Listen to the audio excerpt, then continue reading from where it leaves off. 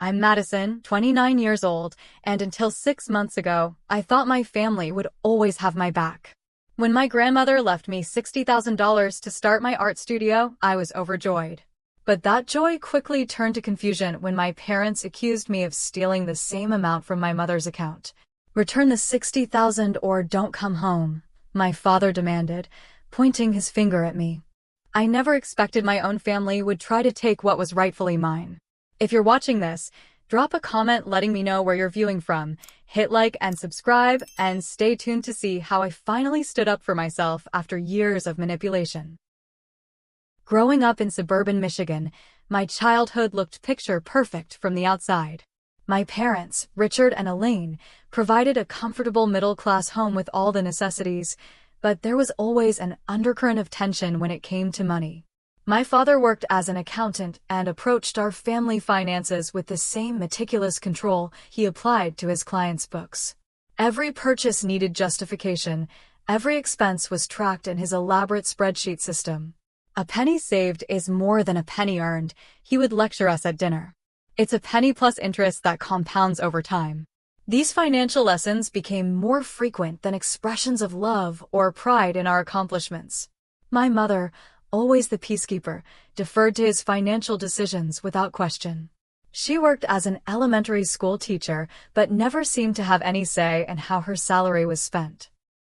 Their joint checking account was managed exclusively by my father, who gave her a monthly allowance for groceries and household items. If she wanted anything extra, she had to present her case to him, often leading to tense discussions behind closed doors. Then there was my younger sister, Julia. 3 years my junior, she quickly learned how to navigate our family dynamics to her advantage. While I questioned our father's controlling tendencies, Julia embraced them. She studied business like he wanted, tracked her expenses in a spreadsheet modeled after his, and always consulted him before making any significant purchase. This earned her the title of the responsible one, a label that implied I was somehow irresponsible for having different priorities. "Why can't you be more like your sister?" became a common refrain throughout my teenage years. Julia understands the value of money. The comparisons were constant and always left me feeling inadequate. The only person who seemed to understand me was my grandmother Eleanor, my mother's mother. After my grandfather passed away when I was 12, she moved to a small house just 10 minutes from us. Unlike my parents, Grandma Eleanor appreciated my artistic talents and encouraged me to develop them. "Madison, you have a gift," she would tell me during our weekly visits.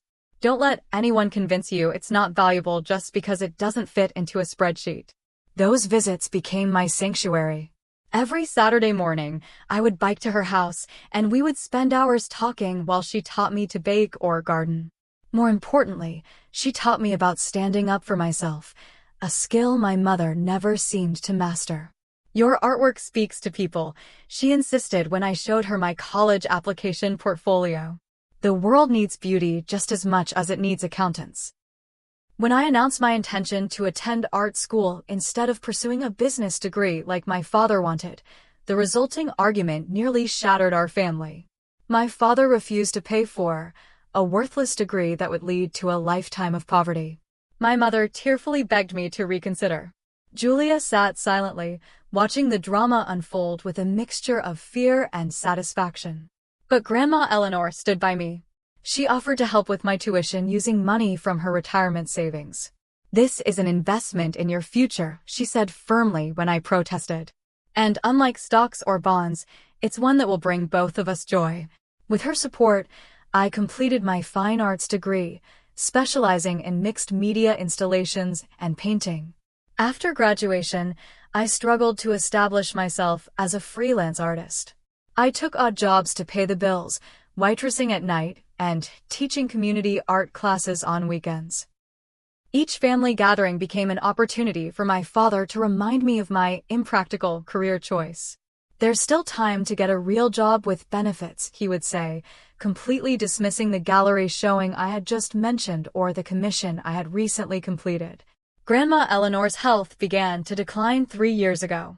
What started as occasional forgetfulness progressed to a formal diagnosis of dementia.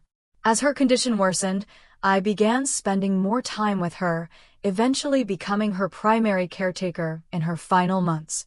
I moved into her spare bedroom to provide round-the-clock care, taking my freelance work with me when possible. During those difficult months, our bond grew even stronger. Despite her failing memory, she remembered my artwork and would ask to see my latest pieces. Even on her worst days, when she couldn't remember what she had for breakfast, she would light up when I showed her my sketchbook. "You're going to have your own studio someday," she would say with absolute certainty. "Promise me you'll never give up on your dreams." I promised her again and again, even as I watched her slip away from me. In her lucid moments, we talked about her life, her regrets, and her hopes for all of us. She worried about my mother's lack of independence and my sister's materialistic values. And she worried about me, struggling to make ends meet while pursuing my passion. "I've made arrangements," she told me during one of our last coherent conversations. "You'll be taken care of, Madison. Just promise me you'll use it wisely." I assumed she was confused, mixing up reality with dreams as she often did toward the end. I never imagined she was referring to specific plans for her estate or that those plans would become the catalyst for tearing our family apart. Grandma Eleanor passed away peacefully in her sleep on a Tuesday morning in October. I was holding her hand, having dozed off in the chair beside her bed after giving her the morning medication. When I woke to find her gone, the grief hit me like a physical blow. For all the preparation and gradual goodbyes dementia had forced upon us, nothing could have readied me for the finality of that moment. The next few days passed in a blur of funeral arrangements and family gatherings.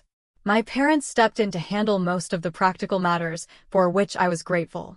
My father efficiently organized the service, while my mother sorted through Eleanor's personal belongings, deciding what to keep and what to donate. Julia helped with the reception, ordering flowers and catering with her usual attention to detail. I found myself adrift, unable to focus on practicalities. I spent hours in Grandma's garden, sitting among her beloved roses, trying to process the enormity of my loss. She had been more than a grandmother to me.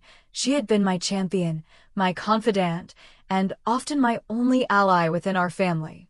2 weeks after the funeral, we gathered at the office of Grandma's attorney, Mr. Caldwell, for the reading of her will. I expected a straightforward division of her modest assets among her daughter and 2 granddaughters. What I didn't expect was the stunned silence that followed Mr. Caldwell's announcement.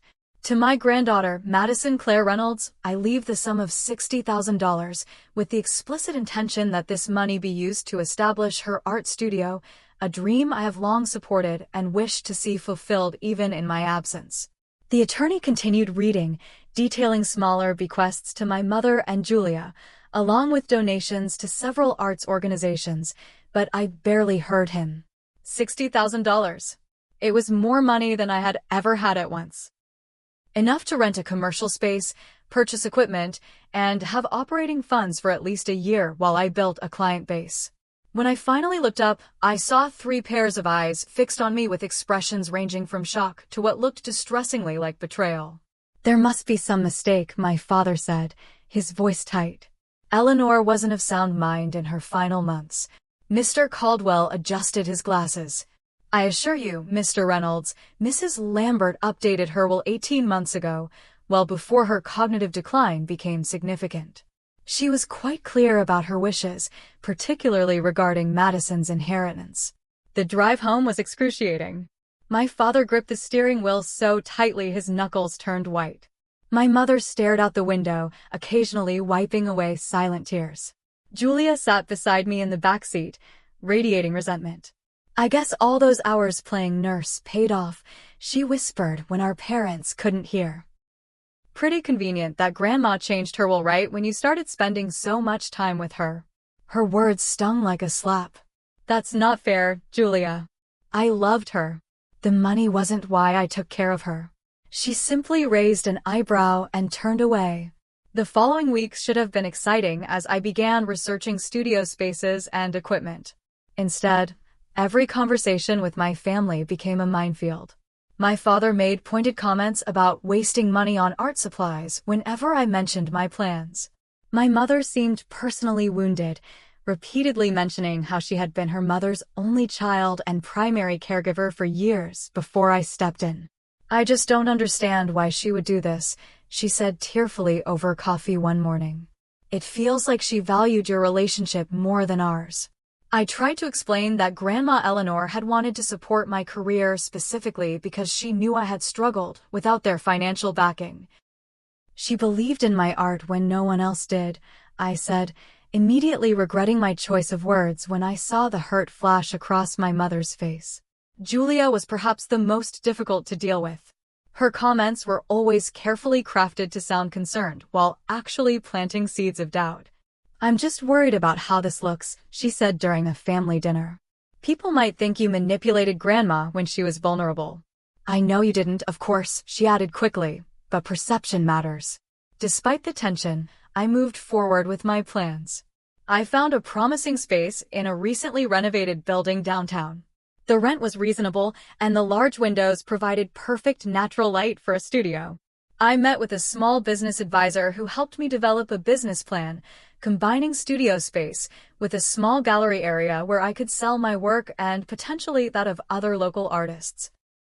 I tried to include my family in the process, hoping their resistance would fade once they saw how serious I was. I invited them to tour the space before I signed the lease. My mother came along, making an effort to seem supportive despite her obvious reservations.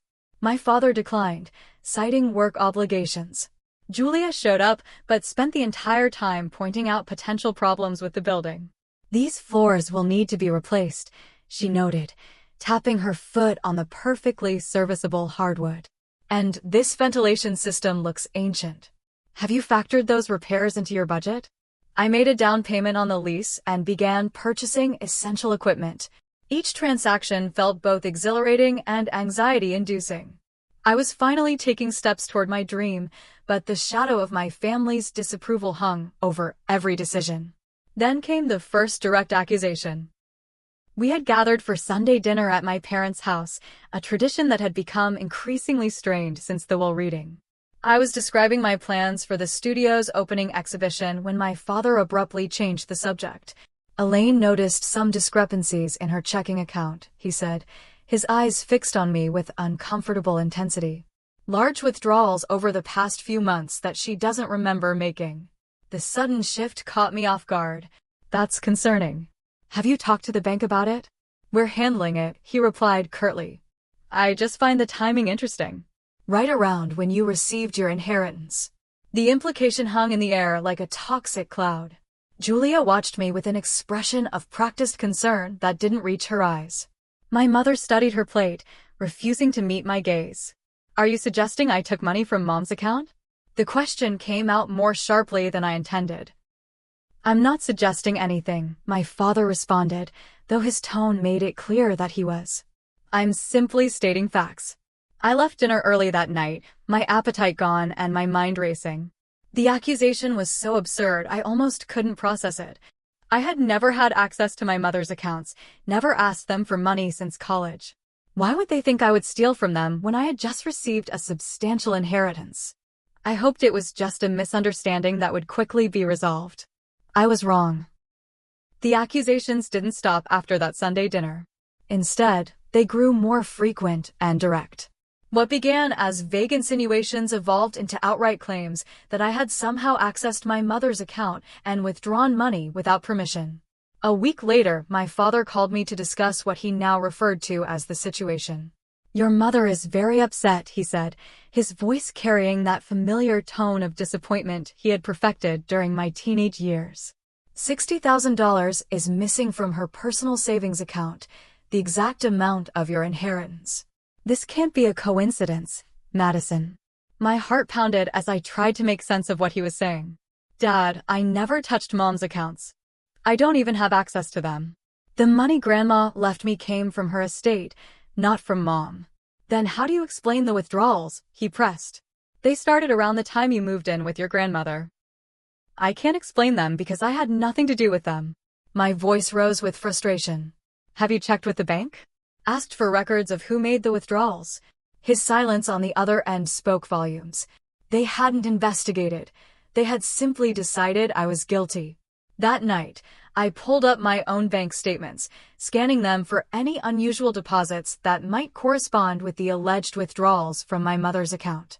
There was nothing except the inheritance, which had been properly transferred from my grandmother's estate through her attorney. The next day, I called Mr. Caldwell to confirm the source of my inheritance. He assured me that the funds had come directly from my grandmother's investment accounts, not from my mother's savings. Your grandmother was quite careful with her planning, he explained. She liquidated specific investments to set aside this money for you over a year before her passing. Armed with this information, I went to my parents' house, hoping to clear up the misunderstanding. Instead, I walked into what felt like an interrogation. My father had spreadsheets of my mother's bank statements laid out on the dining room table. Julia was there too, sitting beside our mother with a protective arm around her shoulders. We know you've been struggling financially, my father began in a tone that suggested he was being reasonable. We understand that might have led to desperate measures. I wasn't desperate, I insisted. And I didn't take any money from Mom. The inheritance came directly from Grandma's investments. Her lawyer confirmed it. Lawyers say what they're paid to say, Julia interjected. And it's awfully convenient that Grandma supposedly decided to leave you such a specific amount. Our mother, who had been quiet until then, looked up with tears in her eyes. I just want to understand why, Madison. Was it revenge because we didn't support your art career? Did you feel entitled to it? Her words hit me like a physical blow. They truly believed I had stolen from them. No amount of denial or evidence seemed capable of changing their minds. Over the next few weeks, the situation deteriorated further. Family members began calling me, their tones ranging from concern to outright accusation. Apparently, my parents had shared their suspicions widely. Your Aunt Patricia is very disappointed in you, my mother informed me during one particularly painful phone call. She always thought you were more responsible than this. The constant accusations began taking a toll on my mental health. I developed anxiety that manifested as insomnia and panic attacks. My art suffered as I found myself unable to focus on creating when my personal life was in such turmoil. I postponed some of my studio preparations, uncertain if I could move forward while this dark cloud hung over me. My friend Taylor noticed the change in me during our weekly coffee meetup. You look exhausted, she said bluntly. What's going on? I hesitated before unloading the whole sordid story. Taylor listened without interruption, her expression growing increasingly concerned. This doesn't make sense, she said when I finished. Your parents are accusing you without any actual evidence? Have they shown you the withdrawal slips? Security footage from the bank? Anything concrete? Her questions made me realize how readily I had accepted being placed on the defensive.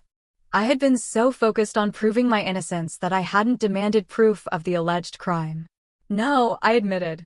They just show me the bank statements with the withdrawals highlighted. Taylor, who worked as a paralegal, straightened in her chair. That's not enough. If large sums were withdrawn in person, there would be withdrawal slips with signatures. If they were transferred electronically, there would be records of where the money went. This sounds like they're jumping to conclusions without investigating properly. Her perspective gave me the push I needed to start my own investigation. The next day, I visited my mother's bank branch, explaining that I was trying to help resolve some confusion about recent withdrawals from her account. I'm not authorized on the account, I explained to the manager, but my mother is concerned about some transactions she doesn't recognize. I'm trying to gather information to help her. The manager, Ms. Rodriguez, was understandably hesitant to share specific account details, but she did provide some general information. For withdrawals of that size, we require ID and the account holder must be present. We also keep records of all transactions, including signature cards and sometimes security footage, depending on the amount. Would someone else be able to make withdrawals from her account? I asked. Like my father or sister. Only if they're authorized on the account or have legal authority to act on her behalf, she explained. Or if they came in with your mother and she approved the withdrawal. This information gave me pause. My father had always handled their joint finances, but my mother's personal savings account had been set up separately, primarily containing an inheritance she had received from her father years ago. I knew my father wasn't listed on that particular account, as he had complained about it in the past. But Julia had been taking our mother to medical appointments and running errands with her for months, while I was caring for Grandma Eleanor. Could she have used those opportunities to access the account? I didn't want to jump to conclusions the way my parents had with me, but the possibility nagged at me. Around the time the alleged withdrawals began, Julia had purchased a new car, far more expensive than her previous one. She had also been wearing new jewelry and designer clothes that seemed beyond her nonprofit administrator's salary. My suspicions grew when I remembered something my grandmother had said during one of her lucid periods. "Watch your sister around money, Madison. She has expensive tastes but limited means." That's a dangerous combination. At the time, I had attributed the comment to my grandmother's declining cognitive state. Now, I wondered if she had noticed something I had missed. Instead of confronting Julia directly, I decided to gather more information. I requested copies of my own bank statements going back a full year to prove there had been no unusual deposits. I also asked Taylor for advice on how to proceed legally if my parents continued their accusations. "Document everything," she advised. "Every conversation, every allegation. If they're spreading these claims to extended family, it could potentially be defamation." I followed her advice, keeping a detailed journal of every interaction. The entries became increasingly disturbing as I documented the gaslighting tactics being employed against me.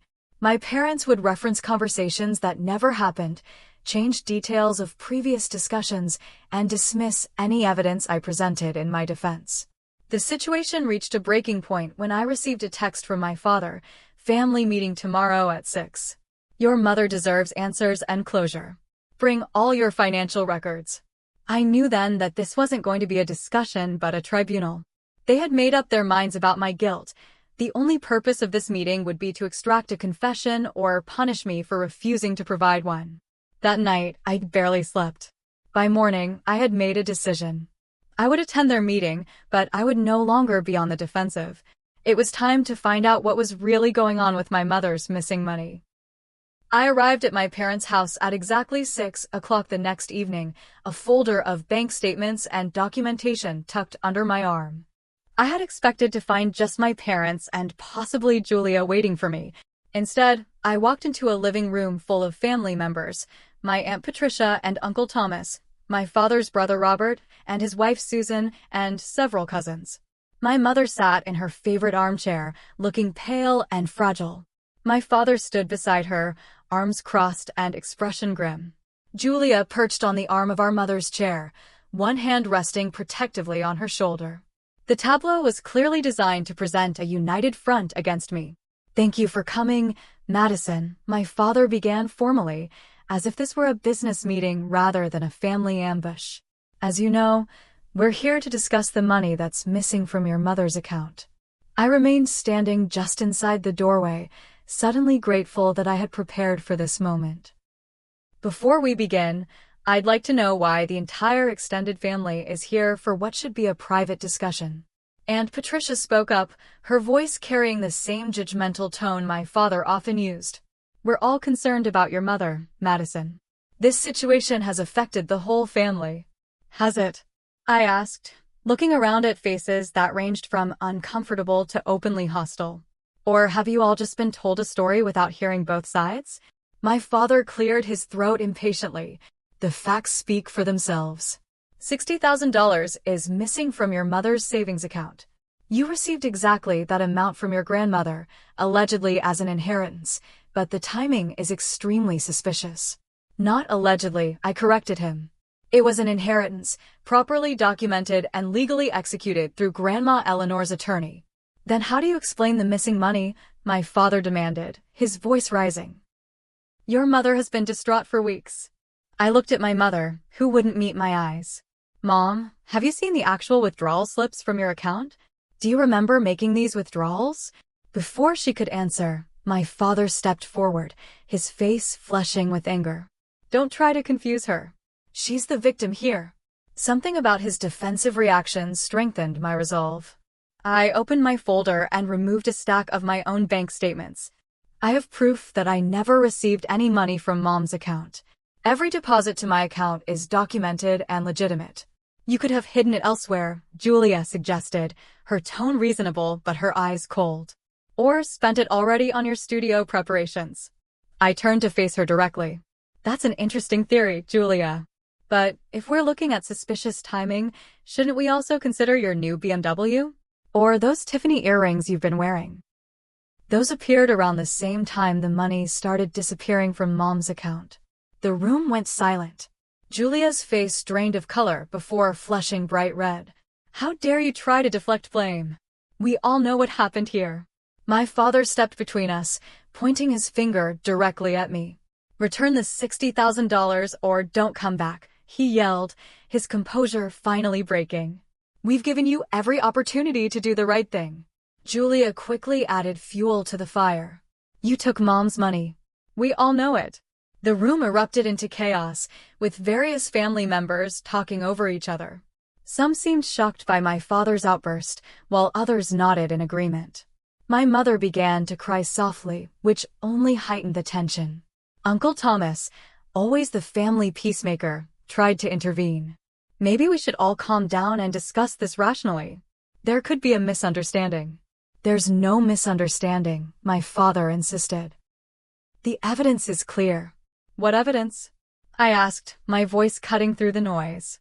You haven't shown any actual evidence, just bank statements with withdrawals. Has anyone actually investigated where that money went? My question was met with uncomfortable silence. Even my father seemed momentarily at a loss for words. I didn't take Mom's money, I continued, addressing the room at large. And I'm not going to admit to something I didn't do just to keep peace in this family. If you want the truth, maybe you should look closer to home. With that, I turned and walked out, ignoring the calls to come back and face the consequences of my actions. As I drove away, my hands shaking on the steering wheel, I realized that I had reached a breaking point. The family I had always known, despite its flaws, had just delivered an ultimatum that made it clear they valued their narrative over our relationship. That night, I called Taylor and told her everything that had happened. Her response was immediate and firm. You need to stop playing defense and start playing offense, she said. If they're going to accuse you publicly, you need to clear your name publicly.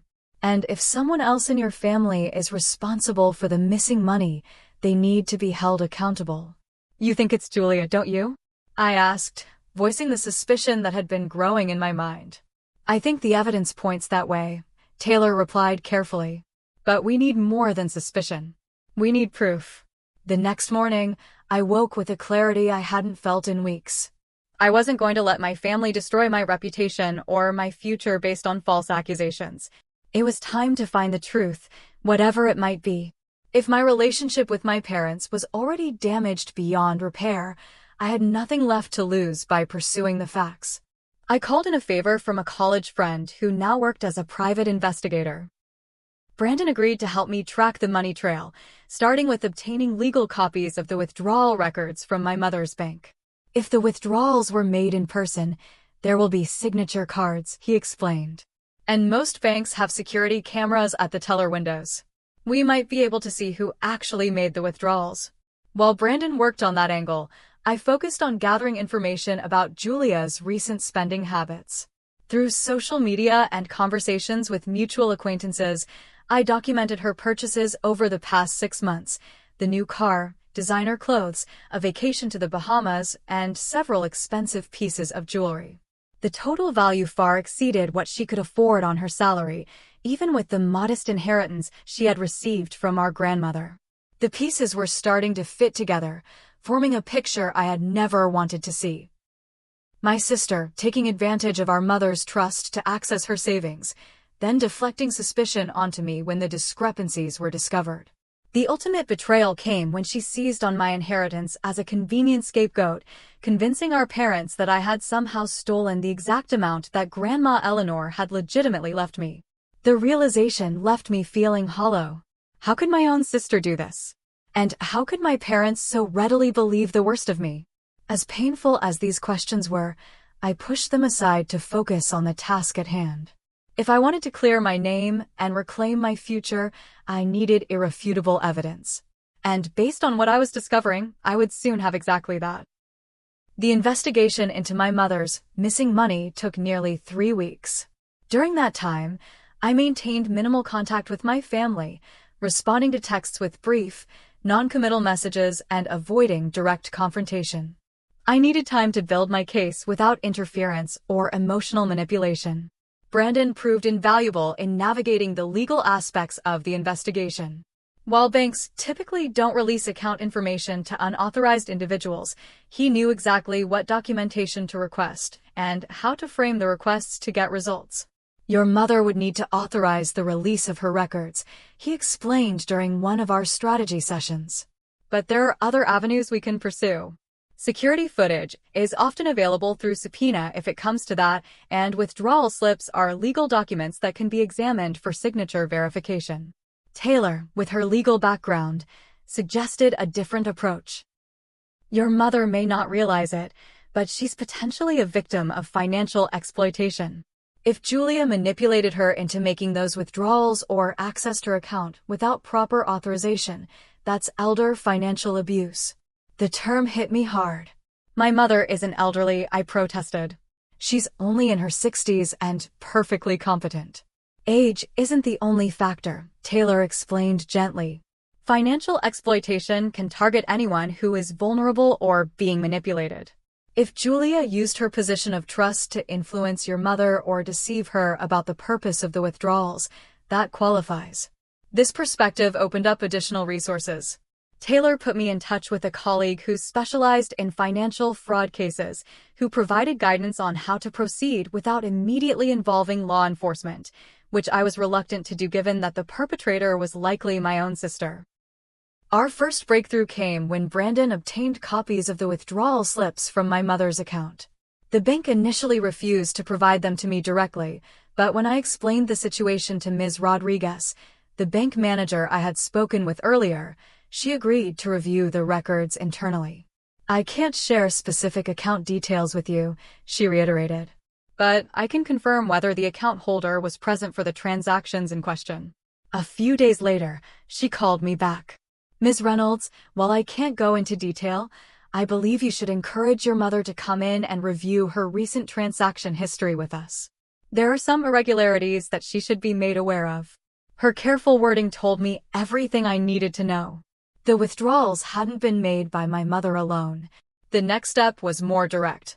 Brandon suggested I visit the bank with my mother, ostensibly to help her investigate the missing funds. If she's truly concerned about the money, she should be willing to look into it properly, he reasoned. And once she sees the evidence firsthand, she may realize that you're not responsible. Getting my mother to agree to this plan proved challenging. When I called to suggest it, she was hesitant and evasive. Your father is handling it, she said, her voice small and uncertain.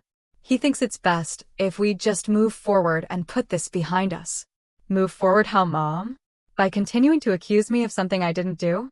By cutting me out of the family unless I return money I never took? I fought to keep the frustration from my voice. Don't you want to know the truth? Her long silence spoke volumes. Finally, she whispered, I'm afraid of what the truth might be. Those words confirmed my suspicions. On some level, my mother already knew or suspected that Julia was involved, but she was unwilling to face that reality.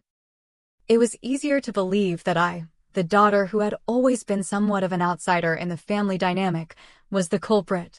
Since I couldn't count on my mother's cooperation, we moved to Plan B.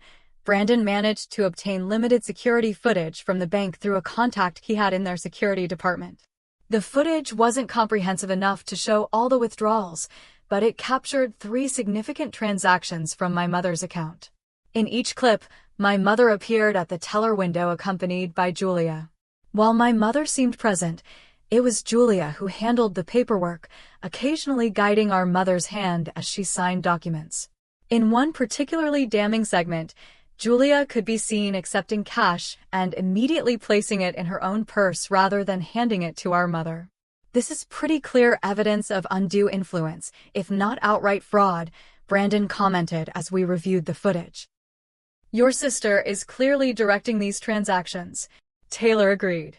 The footage shows Julia controlling the process, not just accompanying your mother. That's significant. Armed with this evidence, we expanded our investigation. Brandon traced the timeline of the withdrawals and found they correlated precisely with Julia's major purchases. $20,000 withdrawn 3 days before she bought her new car, $5,000 taken the day before she purchased a Cartier bracelet, another $15,000 just prior to her Bahamas vacation. The most damning evidence came when Brandon obtained bank records showing deposits to Julia's personal account that matched the amounts withdrawn from our mother's savings, often on the same day. The money trail was clear and undeniable. By the time our investigation was complete, I had assembled a comprehensive file documenting every aspect of the fraud. Bank statements, security footage, purchase records, and a timeline correlating the withdrawals with Julia's spending. The evidence was overwhelming. "What will you do now?" Taylor asked when I showed her the completed file. "Go to the police?" I considered the question carefully. While Julia's actions warranted criminal charges, I was hesitant to take that step immediately. This wasn't just about punishment. It was about clearing my name and making my family face the truth they had been so eager to ignore.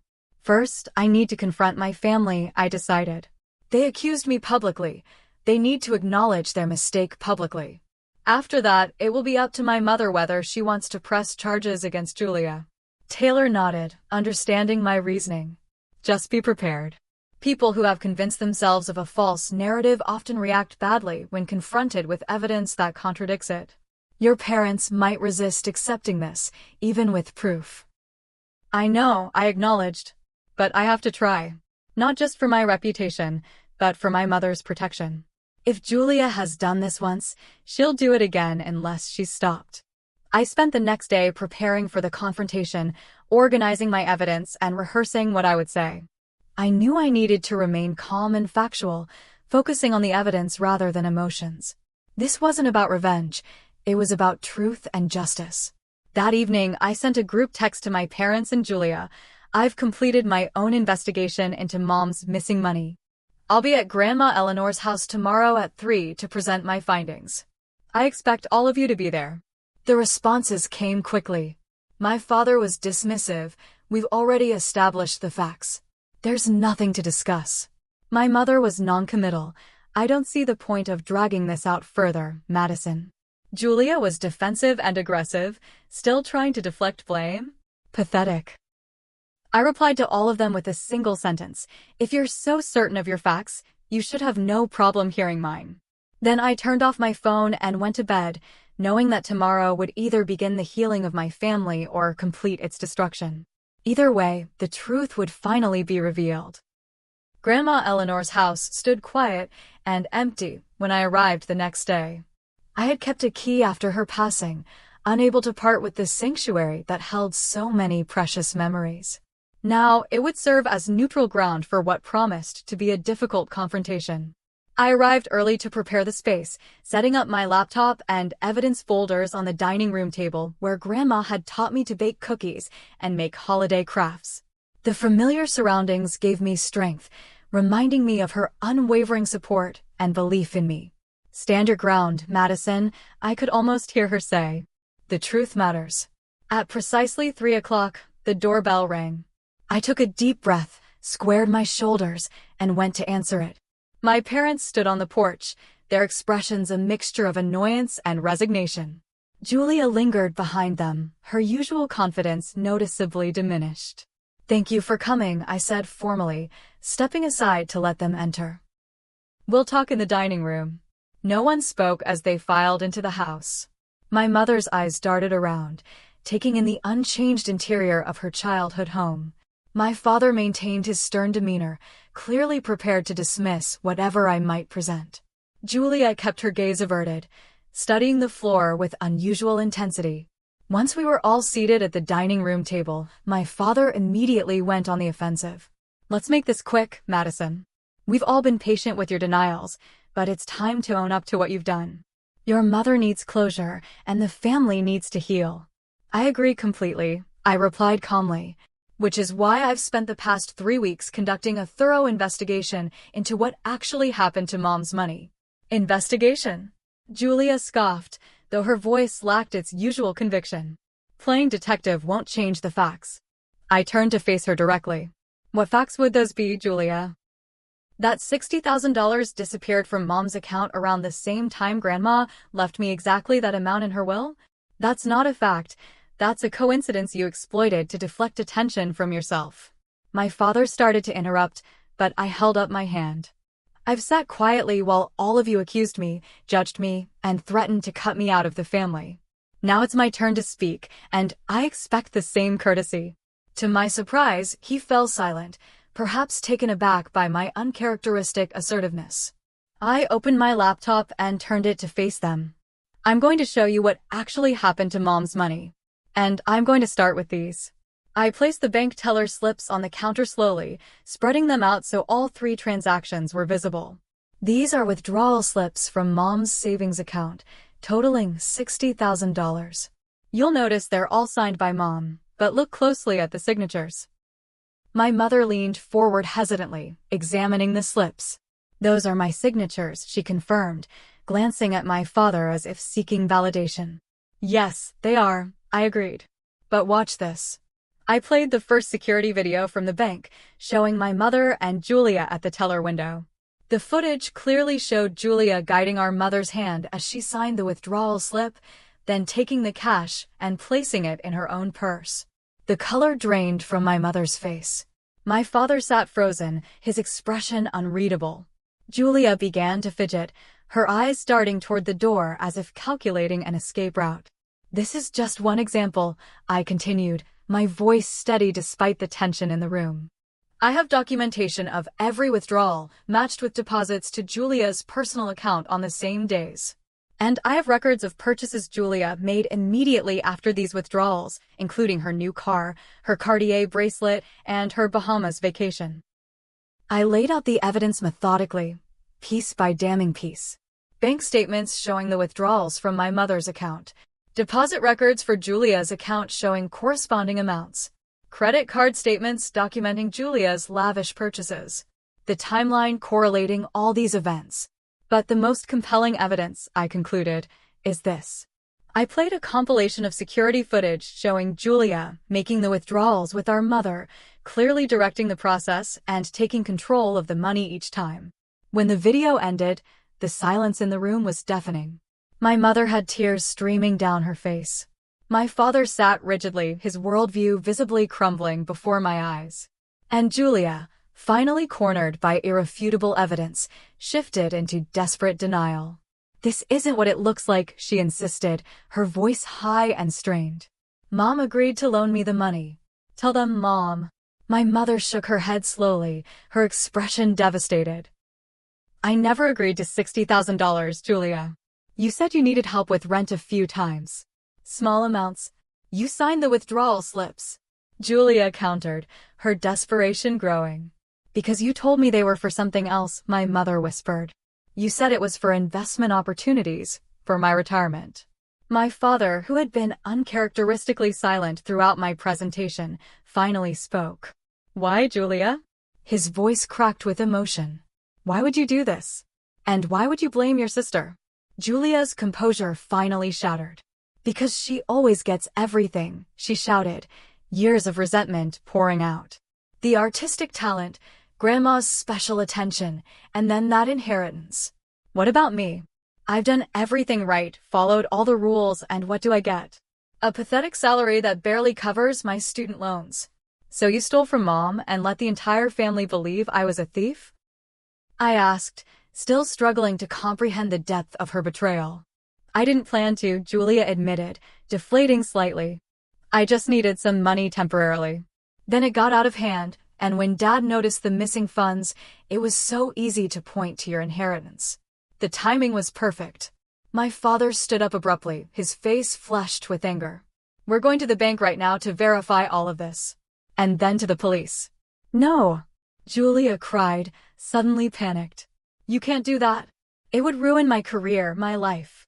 You should have thought of that before you stole from your mother and framed your sister, he replied coldly. I had expected to feel vindicated at this moment, triumphant even. Instead, I felt only sadness for my broken family and the web of lies that had entangled us all. Before you make any decisions about legal action, I said quietly, I want you both to understand something. This isn't just about the money. It's about trust. Julia betrayed Mom's trust by taking her money. But you betrayed mine by assuming I was guilty without evidence, by threatening to cut me out of the family, by spreading these accusations to our relatives and friends. My mother sobbed harder at my words. My father had the grace to look ashamed. I didn't steal Mom's money, I continued, addressing them directly for the first time. And I won't be giving back my inheritance either. Grandma Eleanor left me that money to pursue my dream, and that's exactly what I intend to do. With or without your blessing. I closed my laptop and gathered my evidence into the folder. The information is all here if you decide to take legal action. That's between you and Julia. But I won't be part of it. I've done my part by uncovering the truth. As I stood to leave, my father reached out as if to stop me. Madison, wait. We owe you an apology. Yes, you do, I agreed, not unkindly. But I'm not ready to hear it yet. I need time to process everything that's happened. My mother looked up through her tears. Will you ever forgive us? I paused at the doorway, considering her question honestly. I don't know. That depends on what happens next. Not just your words, but your actions. With that, I walked out of my grandmother's house, leaving my family to face the consequences of their actions and decisions. For the first time in months, I felt the weight lifting from my shoulders. I had stood my ground, defended my integrity, and reclaimed my future. Whatever came next, I would face it on my own terms. The weeks following the confrontation were surprisingly quiet. I had expected a barrage of calls and texts from my parents, alternating between apologies and attempts to draw me back into the family drama. Instead, there was near silence, broken only by a brief message from my father informing me that they had decided not to press charges against Julia, for your mother's sake, but had required her to begin repaying the money and attend counseling. I didn't respond. I needed space to process my feelings and rebuild my life without the constant shadow of their judgment and accusations. I found a small apartment near my soon-to-be studio and threw myself into preparations for its opening.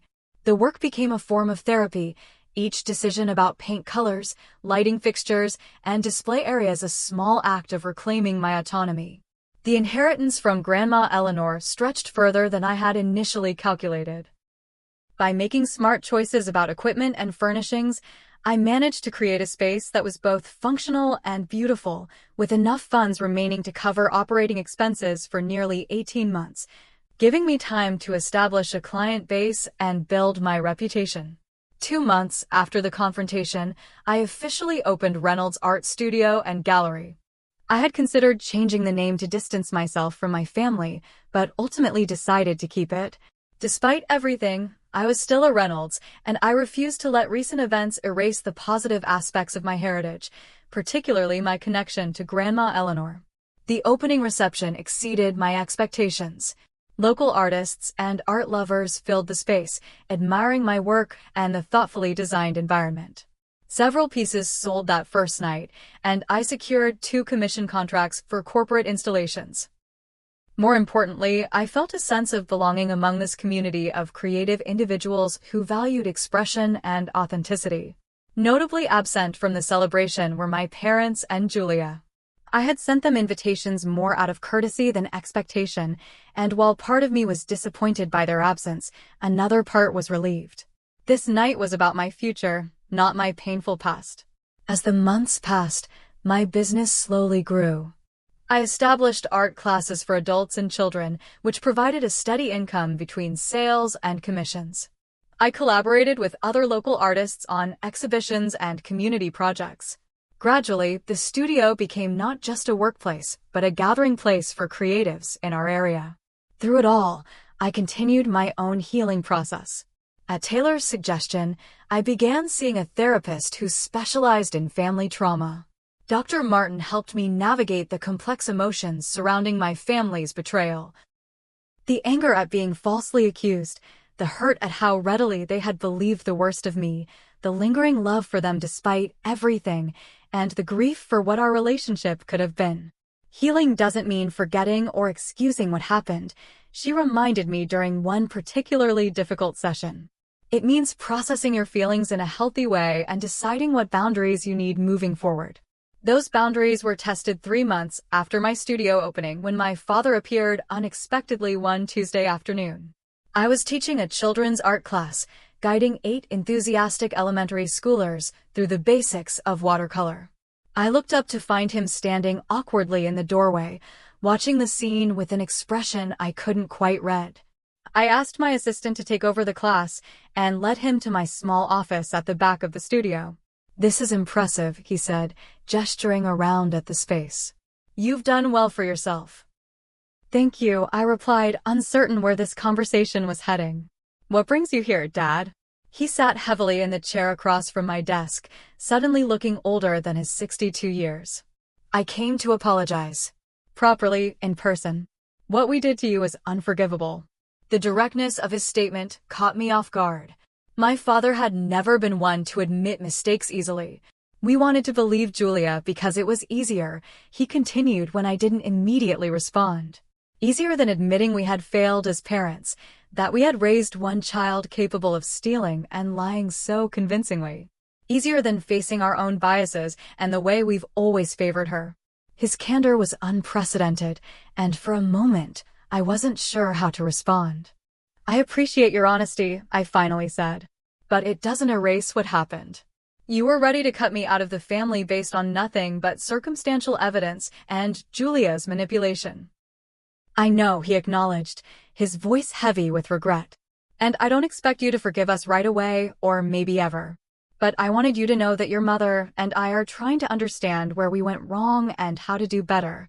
We talked for nearly an hour, covering ground we had never explored before. He admitted that his controlling approach to family finances had created an unhealthy dynamic that made Julia's deception possible. He acknowledged that his dismissal of my artistic pursuits had damaged our relationship long before the recent crisis. And most surprisingly, he expressed genuine admiration for how I had handled the situation. "You showed more integrity and strength than any of us," he said as he prepared to leave. "Your grandmother would be proud." That conversation didn't instantly repair our relationship, but it opened a door that I had thought permanently closed. Over the following months, we began a careful process of reconnection. My mother started sending letters, pouring out her regrets and sharing stories about her own mother that she had never told me before. I learned that Grandma Eleanor had always encouraged her to pursue painting, a passion she had abandoned to become a teacher because it seemed more practical. "I think that's why she supported your art so strongly," my mother wrote. "She saw in you the courage to follow a dream that I never had." Rebuilding trust was a slow, sometimes painful process. There were setbacks and difficult conversations, moments when old patterns threatened to reassert themselves. But there were also breakthroughs, like the day my mother attended one of my weekend workshops, tentatively creating her first painting in decades, or when my father asked thoughtful questions about my business model and offered genuinely helpful financial advice without trying to take control. Julia remained the most complicated aspect of the situation. She had moved to Chicago for a fresh start after the confrontation, maintaining minimal contact with any of us. According to my mother, she was in therapy and working to understand the roots of her behavior, but I wasn't ready to reestablish direct communication. Some wounds were still too fresh, some betrayals too profound. As my first year as a studio owner drew to a close, I found myself reflecting on everything that had happened since Grandma Eleanor's passing. The inheritance that should have been a blessing had nearly destroyed my family, not because of the money itself, but because of the existing fractures it exposed. Yet from that painful revelation had come growth and change that might never have happened otherwise. My business was thriving beyond my initial projections. I had expanded my class offerings and hired 2 part-time assistants to help with the increased workload. My own artwork had evolved, incorporating themes of resilience and transformation that resonated deeply with collectors and critics alike. I had found my voice, both artistically and personally.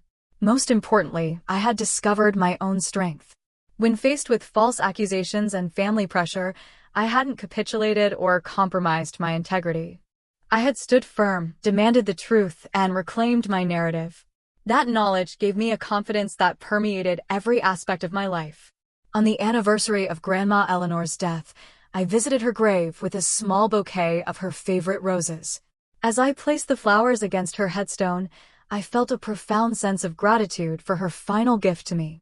Yes, the money had made my studio possible, but her true legacy was the example she had set of living authentically and standing up for oneself. "Thank you for believing in me," I whispered to the quiet cemetery. "I'm using your gift exactly as you intended." As I walked back to my car, my phone chimed with a message from my mother. "Your father and I would like to visit the studio again, if that's okay. We're ready to really see your work this time." I smiled as I typed my reply. "The door is open whenever you're ready to come through it." The path forward wasn't perfectly clear, and our family would never return to what it had been before. But perhaps what we could build in its place would be stronger, more honest, and more authentic than what we had lost. That possibility, like my grandmother's inheritance, was a gift I was finally ready to accept. Looking back on this journey, I've learned that sometimes the most painful confrontations lead to the most necessary growth. Standing up for yourself doesn't always mean cutting people out. Sometimes it means setting boundaries that allow healthier relationships to develop. And the truth, however difficult, is always worth fighting for. If you've ever faced family betrayal or had to stand up for yourself when no one else would, I'd love to hear your story in the comments. How did you find the strength to speak your truth? Don't forget to like this video if my story resonated with you, subscribe for more real-life experiences, and share with someone who might need to hear that it's okay to stand your ground. Thank you for listening, and remember, the family you build through love and trust can be just as meaningful as the one you were born into.